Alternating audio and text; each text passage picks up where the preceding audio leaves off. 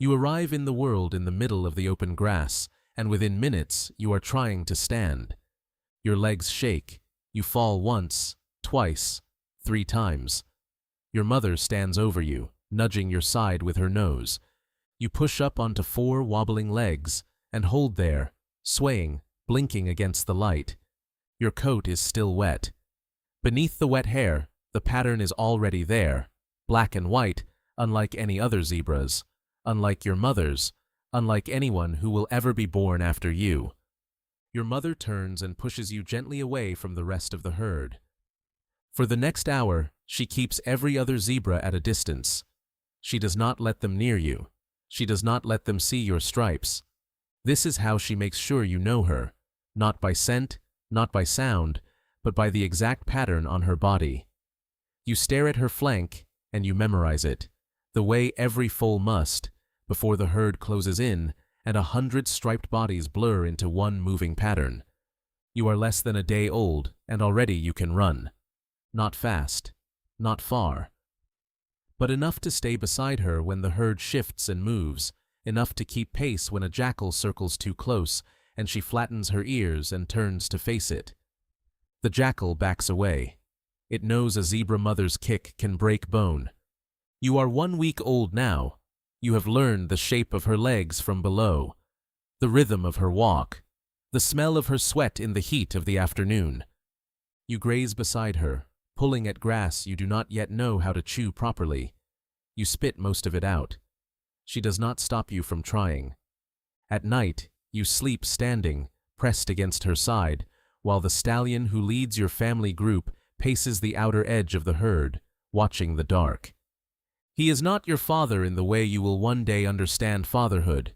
He is the one who fought for the right to stand at the edge. He is the one who will not sleep until the sun rises. You are 3 weeks old. Your stripes have started to darken from brown toward black.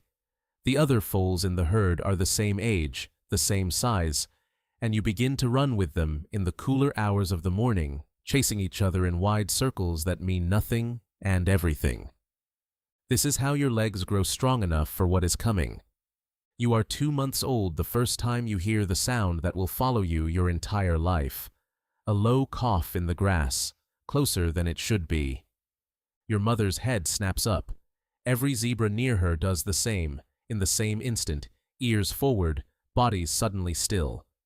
Then the herd runs. You run because everyone runs. You do not know yet what is chasing you. You only know that stopping is not something your body will allow. Behind you, a lioness breaks from the grass at full speed, aimed at the slower zebras near the back of the herd. She is not aimed at you. Your mother made sure of that. She kept you near the center of the group since the day you were born, surrounded by other bodies, other stripes, a wall of moving pattern that makes it hard for a predator's eye to lock onto any single animal. The herd scatters into confusion, stripes crossing stripes, no single shape holding still long enough to become a target. The lioness misses. You keep running until your legs burn, until the herd slows on its own, until the danger has become only a memory of a sound. You are 1 year old. The bond with your mother is beginning to loosen. She has a new foal now, small and wet-coated, standing on shaking legs the way you once did.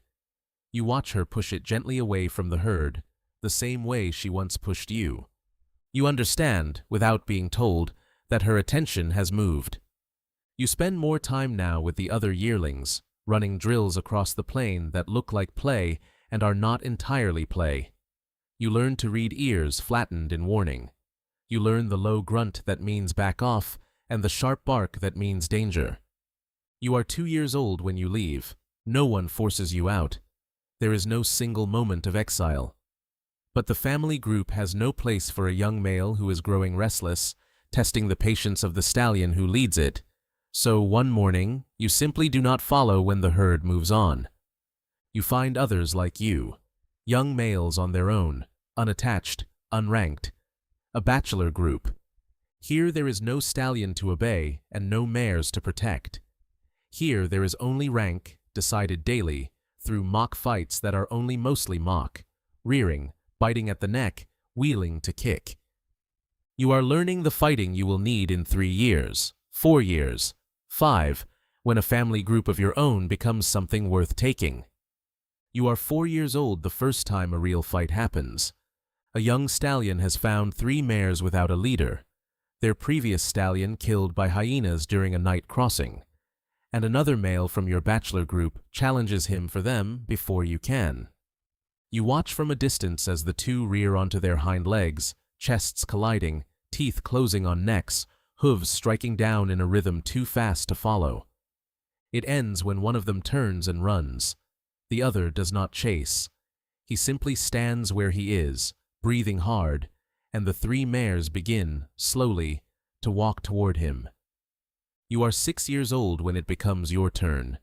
You find a lone mare on the edge of a grazing herd, without a stallion, without a group. You approach carefully, testing her reaction, ready to retreat. She does not run. She lowers her head and continues grazing. Over the following days, more solitary mares drift toward you, drawn by the same instinct that once drew your mother's herd together. Safety in numbers, safety in stripes. By the end of the dry season, you are a stallion with a family of your own. You walk at the edge of the group now, the way the stallion of your birth herd once did, watching the dark while the others sleep.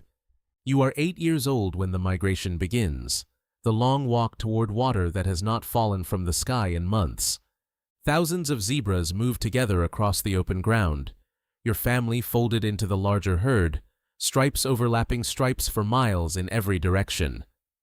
At a river crossing, the herd bunches at the water's edge, hesitating. Somewhere below the surface, a shape moves that is not a rock. You wait. Every zebra waits. Then one animal breaks first, and the rest follow in a single surge, crossing fast, crossing together, because stillness at the water's edge is the only mistake a zebra cannot recover from. You make it to the far bank. Not every zebra does. You are 12 years old, and your body no longer moves the way it once did. A hyena bite to your hind leg 2 seasons ago, never fully healed, and you favor it now on long walks, falling toward the back of your family group more often than the front. A younger stallion has begun to circle your mares, testing you the way you once tested others. You fight him once, and you win, barely. You fight him a second time, months later, and you do not. He does not kill you. That is not how it works among your kind. He simply takes what you can no longer hold, and you are left standing alone at the edge of a herd that used to be yours. You are 16 years old, alone now, moving slower, grazing at the margins of herds that tolerate your presence without folding you into their protection. The stripes on your coat have not changed.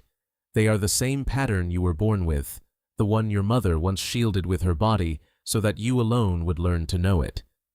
A lion finds you in the low light of early evening, weeks after the last herd you followed has moved on without you.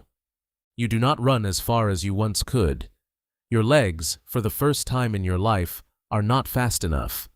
Not far from where you fall, a family group grazes on undisturbed, mares, a young stallion, and at the center of them, pressed close to its mother's side, a foal with a brown and white coat still darkening toward black, standing on legs that have only just learned to hold its weight, staring at the one pattern in the world it has already memorized. You are 1 day old, and already you can run.